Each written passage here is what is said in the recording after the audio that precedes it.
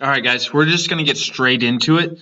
You're going to have time to be able to work on your problems at the end of the period. So I'll go ahead and get started. And I know what you're thinking. Yes, Mr. Seekins knows how to be able to give us work even when he's not here. Thank you, Mr. Seekins, for helping us learn. That's why we came to school on the first day after winter break, right? And I'm glad you all guys all think that. Make sure you guys behave for Mr. Waters. If you guys start to act up or anything like that, I gave him extra worksheets for him to hand out to you, which I expect you to have done by tomorrow. So that would be Tuesday. So don't act up for him, guys. You guys did a great job for him last time. Go ahead and do that again this time. So find the measures of interior and exterior angles of triangles, right? So we're doing with triangles. So the inside of a triangle would be anywhere on the inside here, and the outside would be anywhere outside the triangle. So apply theorems about interior and exterior angles of a triangle. So what is a theorem that you guys know? Let me ask you this. What do you guys know about the inside of a triangle? Like, say, the angles. What do you know about the angles? So somebody maybe said that, or you were thinking that the inside of the angles of a triangle all add up to 180. And you would be correct. That is one of the theorems that we are going to be using today. So make sure you have your notes out. Go ahead and open your notes and put at the top of your notes January 4th, chapter 4.2. And we're going to, our objectives are interior and exterior angles of triangles.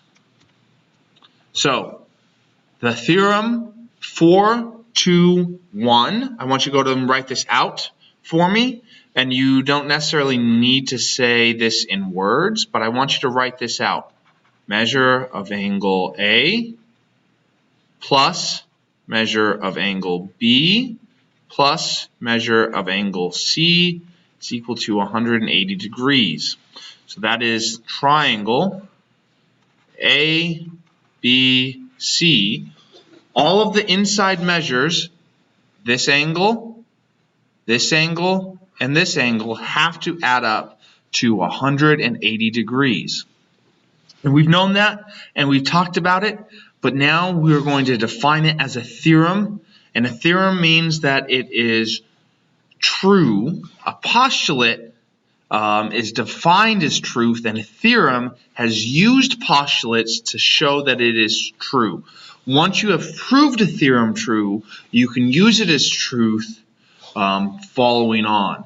So someone has already proved this theorem true, so we're just going to use it as truth. But we're going to know that it is proven to be true, not that it is defined to be true, because if it was defined to be true, it would say postulate, right? But it's not a postulate, it's a theorem. So one of the things that we need you to know, a specific geometric and math word is called auxiliary line. And an auxiliary line is a line that is added to a figure to aid in a proof. An auxiliary line in this case is used in the triangle sum theorem. And what that allows you to do is to show that the angles 1, 2, and 3 add up to 180 degrees. And the way that we know that is because we have defined this line to be parallel to this line right here. And when you do that, you then can know that angle 4 and angle 1 are the same. They are congruent. Because what type of lines is angle 4 and 1? That's right. They are alternate interior lines. And so using the alternate interior angle theorem, we were able to show that angle 4 and angle 1 are congruent. We'll do the same thing with 3 and 5. We have angle 5 and angle 3, and those are also alternate interior lines, right? So then this angle 3 is congruent to angle 5, And since we know that 4 plus 2 plus 5 angle 4 plus angle 2, angle 4 plus measure of angle 4 plus measure of angle 2 plus measure of angle 5 equals 180 degrees. And how do we know that they equal 180 degrees? Well, we know that by the definition of a line, that a line is 180 degrees. So since we know that measure 4 plus measure 2 plus, or measure of angle 4 plus measure of angle 2 plus measure of angle 5 is equal to 180, we can then substitute measure of angle 1 and then keep measure of angle 2 and then substitute measure of angle 3 equals 180 degrees. And that's how they went through and they proved that, and they got the theorem that a triangle is 180 degrees. The inside of the triangle's measures add up to 180 degrees. Now, I'm not going to expect you to give that as a proof. I walked through it really fast without doing it in terms of a 2-column proof. We may go back and do it as a 2-column proof, or how about this? If one of you wants to work it out as a 2-column proof, you can turn it in with your homework, and I will give you extra credit for getting it correct or mostly correct, or getting a proof that does show that it is the insides of the angle of a triangle add up to 180 degrees. So now that we've seen that it adds up to 180 degrees and how they've used an auxiliary line to aid in the proof, we'll go on to example 1, application of the proof, application of the theorem of the triangle sum theorem that says that the inside of a triangle's angles add up to 180 degrees. So if we're looking at this, they want us to find measure of angle x, y, z. So x, y, z. They want us to find that angle. So go ahead and draw this triangle out for me. X, y, z. And we'll say measure of angle x is 62 degrees.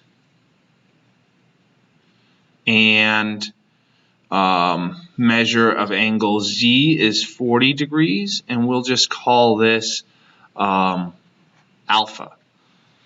So then 62 degrees, 40 degrees, and alpha.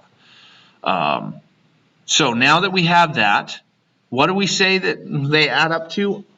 That's right, 180 degrees. So we'll go like this. Alpha plus 62 degrees plus 40 degrees is equal to 180.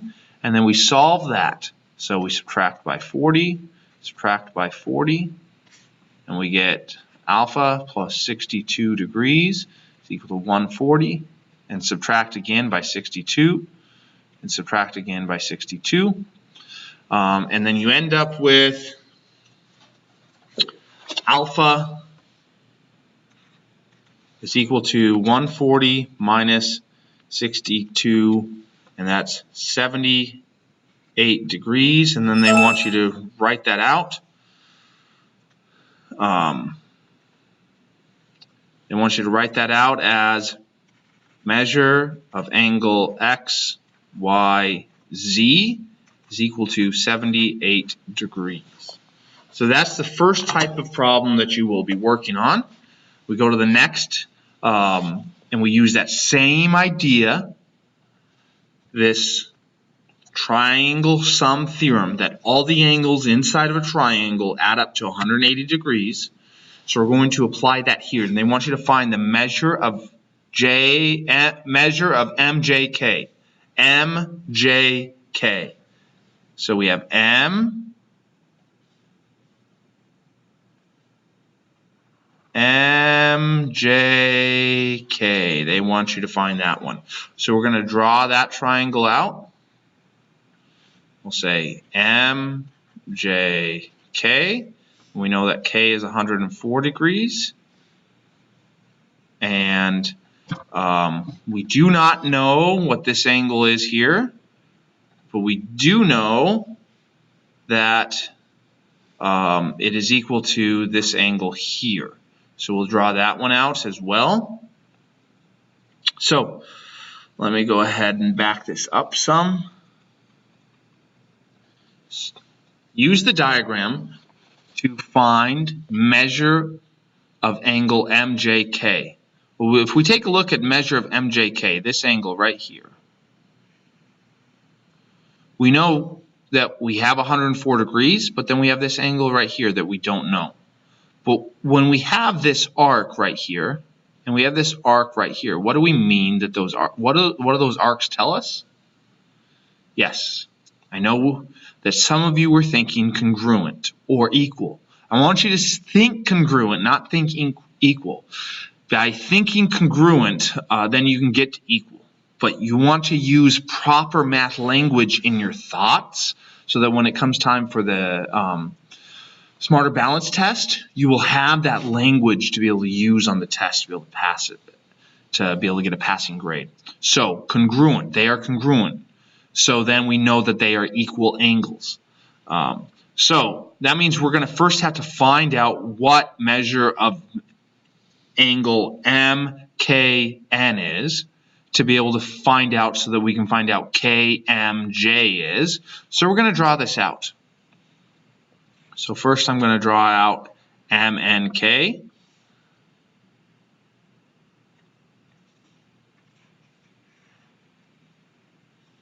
And then we're going to continue that out here like so. So now we have M, K, N, and J. So we know that this is 88 degrees and this is 48 degrees, and we'll just call this one X. We'll call that X. So then we know that X plus 88 plus 48 is equal to 180. And then solving that out, we can say minus 88 minus 48 is equal to minus 88 minus 48. So X is equal to 180 minus 88 minus 48 gives you 44 degrees. So we know that this is equal to 44 degrees. So we know that this is equal to 44 degrees. What do we say the measure of JKM is? Measure of JKM is 104 degrees. So we'll go ahead and write that out, and we'll call this Y. So Y plus 104 from right here plus 44 from right here is equal to 180 degrees. So we work through and use our algebra. Minus 104, minus 104, minus 44, minus 44. So Y is equal to 180 minus 104 minus 44. And that gives us 32 degrees. So we say measure of angle MJK is equal to 32 degrees. All right. So that's the type of problems that you will need to do. That's the first type of problem. Finding the measure of the missing interior angle of a triangle. Now we're going to go to the second step, which is using a corollary of the triangle sum theorem. It says that all the interior angles add up to 180 degrees. So we use a similar theorem, one that is based off of the original, but has a specific subset. So that's a corollary. In this case, the corollary, we still know that this angle, we'll just call that D, and this angle E, and this angle F have to add up to 180 degrees. So since we know that they have to add up to 180 degrees, and we're already given this here that this is 90, 90 plus X plus Y is equal to 90. right? Or 180 is equal to 180 degrees. So you subtract 90 from here, and you get x plus y is equal to 90 degrees. Hence, that's how you ended up with this. And what does complementary mean? Does anybody remember what that means? Hopefully you were thinking that complementary means that it adds up to 90 degrees. Hence this, and hence complementary. So those two angles have to add up to 90 degrees. So we have an equal angular triangle. And what does equal angular mean? That all the angles are equal. And so if all the angles are equal, then that's measure of angle A is equal to measure of angle B, right? Is equal to measure of angle C. So if we say measure of angle A plus measure of angle B plus measure of angle C is equal to 180, we can replace this measure of angle A with measure of angle A, and replace measure of angle B with measure of angle A, since we know that it's equal to it, and replace measure of angle C with measure of angle A is equal to 180. You end up with 3 measures of angle A is equal to 180 degrees. And to solve this for measure of angle A, you divide by 3, get measure of angle A is equal to 60 degrees. That's how they did that. So those two, you started with this, that the interior angles add up to 180 degrees, and you worked your way down to this. So then you know, okay, they have to all be 60 degrees because they are defined to be congruent. And what do we say congruent means? That they are equal. But first think congruence and then get to equals. Don't think equals when you see them. Think congruent and then go to equals. So one of the acute angles in a right triangle measures 2x. So first thing we want to do is draw out a right triangle. So now that we have this right triangle, and we know that this is 90 degrees because we were told it is a right triangle, we'll call this angle A and this angle B. We'll say that angle A is equal to 2x, right? And what do we say? What does 4, 2, 2 say? Says that they add up to what? That the acute angles D and E have to add up to 90 degrees. So we know that A, measure of angle A, plus measure of angle B equals what? 90 degrees. So if we write this out, and we go like this, and we said that A is equal to 2x, so we say 2x plus B is equal to 90. Let's solve for x. Well, what is happening to x? It's being added by 2x. So what's the opposite of adding 2x? Subtract 2x from both sides, and you end up with B is equal to 90 minus 2x. And that's all they want. So you just say, we're just done right there. And we can go like this and say degrees. That'd probably be good. So what's the measure of the other acute angle? 90 minus 2x. In this case, you'll be able to come out with an actual number in terms of degrees. So first thing we do is draw out our right triangle.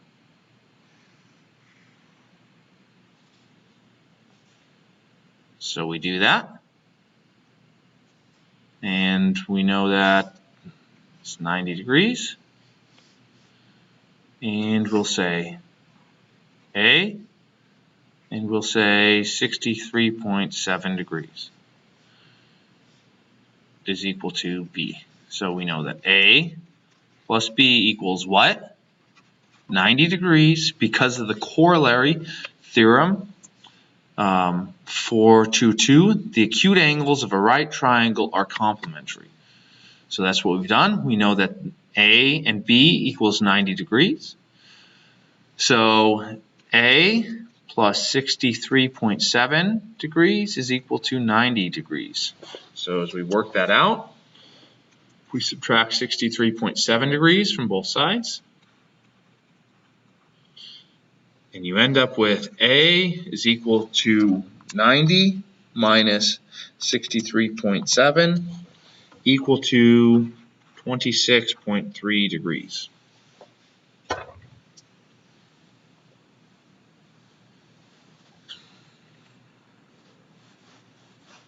All right, we're going to skip over this one because it is just like the very first problem that we did, this one right here. We'll go ahead and go like this and say that this is,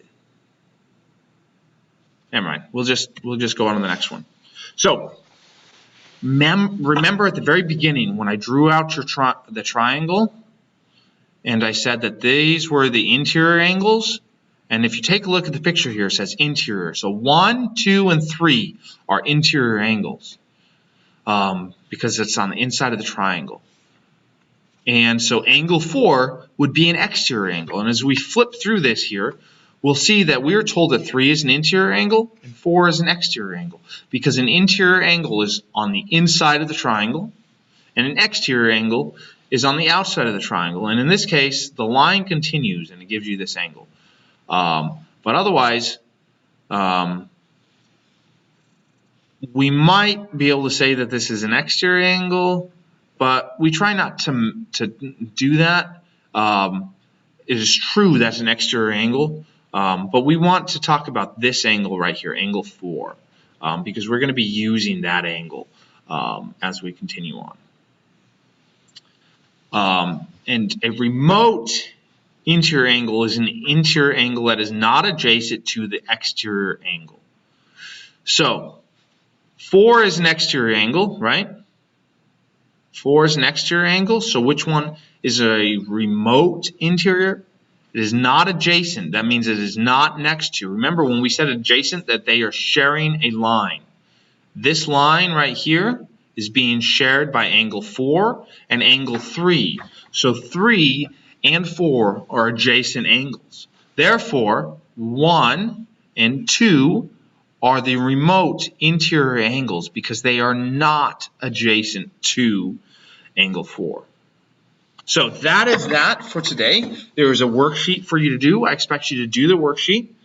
If you do not do the worksheet, then what I expect you to do is I will have Mr. Waters give you this quiz here. He will just pause the video and have you take the quiz, and then we'll have a grade for it. So don't misbehave. Do your best on the worksheet, and otherwise you'll end up taking this quiz. And remember, quizzes are 25% of your grade, so you don't want to end up failing them or taking them before you know what you're doing on them. Thanks, guys. I appreciate that you watched through a video. It's kind of boring, but hopefully you got something out of it, and we'll go try to review really quickly on Tuesday and continue on in 4-2. Thank you.